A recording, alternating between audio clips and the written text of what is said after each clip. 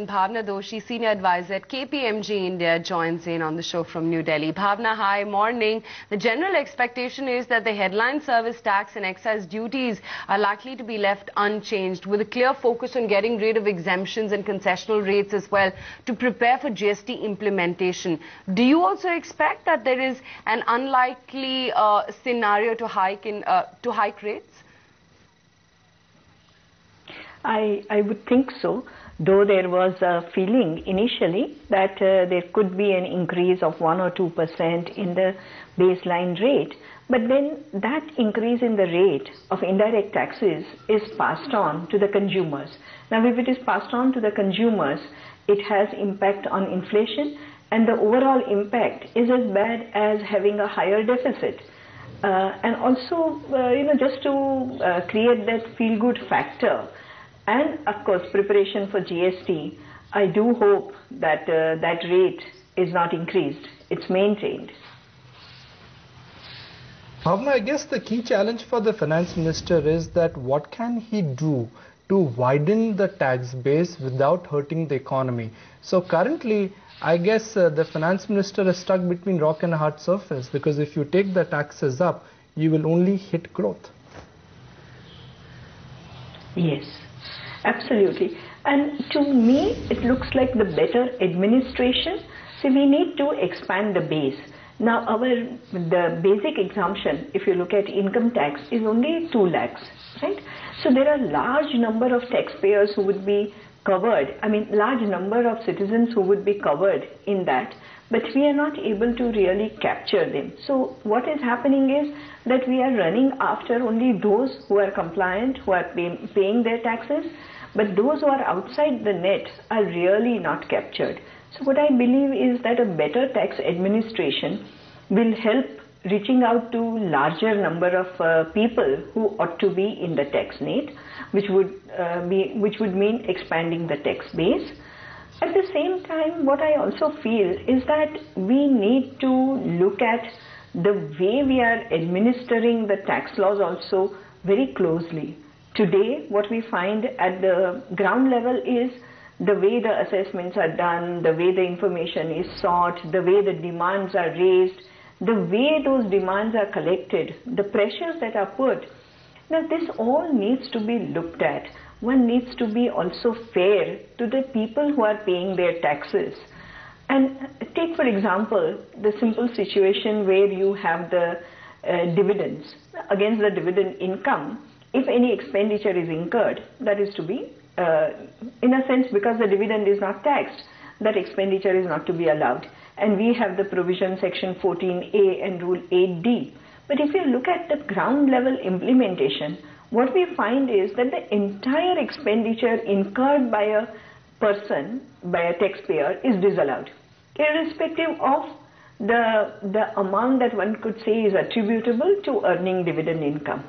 Now, we also look at the transfer pricing assessments. So the way the whole tax is implemented needs to have a relook. Fair point. Ketan Dalal, Joint Tax Leader at PwC India as well, joins in on the show. Ketan, hi, morning. Good to have you. Out of reduction in expenditure and raising taxes, where do you think the finance minister is going to tilt? Yeah, I think Ayesha, as Nikunj mentioned, the finance minister is stuck between a rock and the hard place.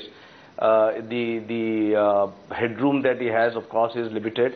But as he himself has said, the reduction in expenditure is something within focus. And I think there are two aspects there. One is the very crying need to look at the expenditure.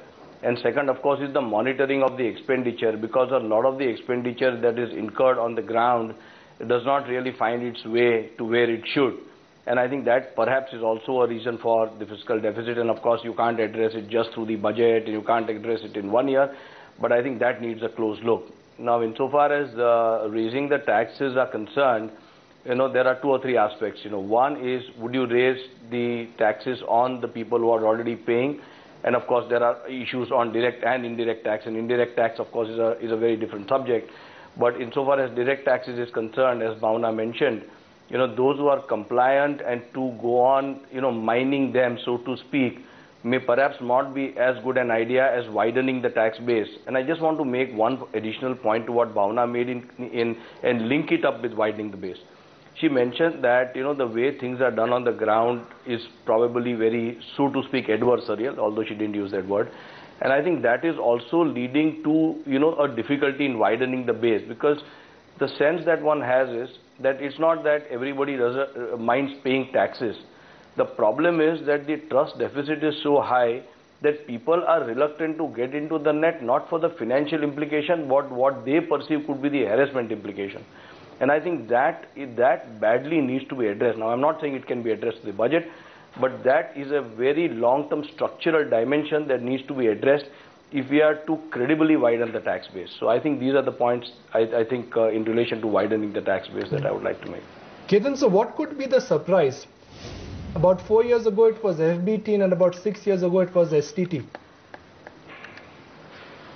Yeah, I don't think there will be any surprise as such. There could be, and that's not a surprise, there could be some surcharge on quote unquote the super rich. And of course, there have been lots of debates on what is the super rich. And as you know, for example, in the US, it is $400,000 US.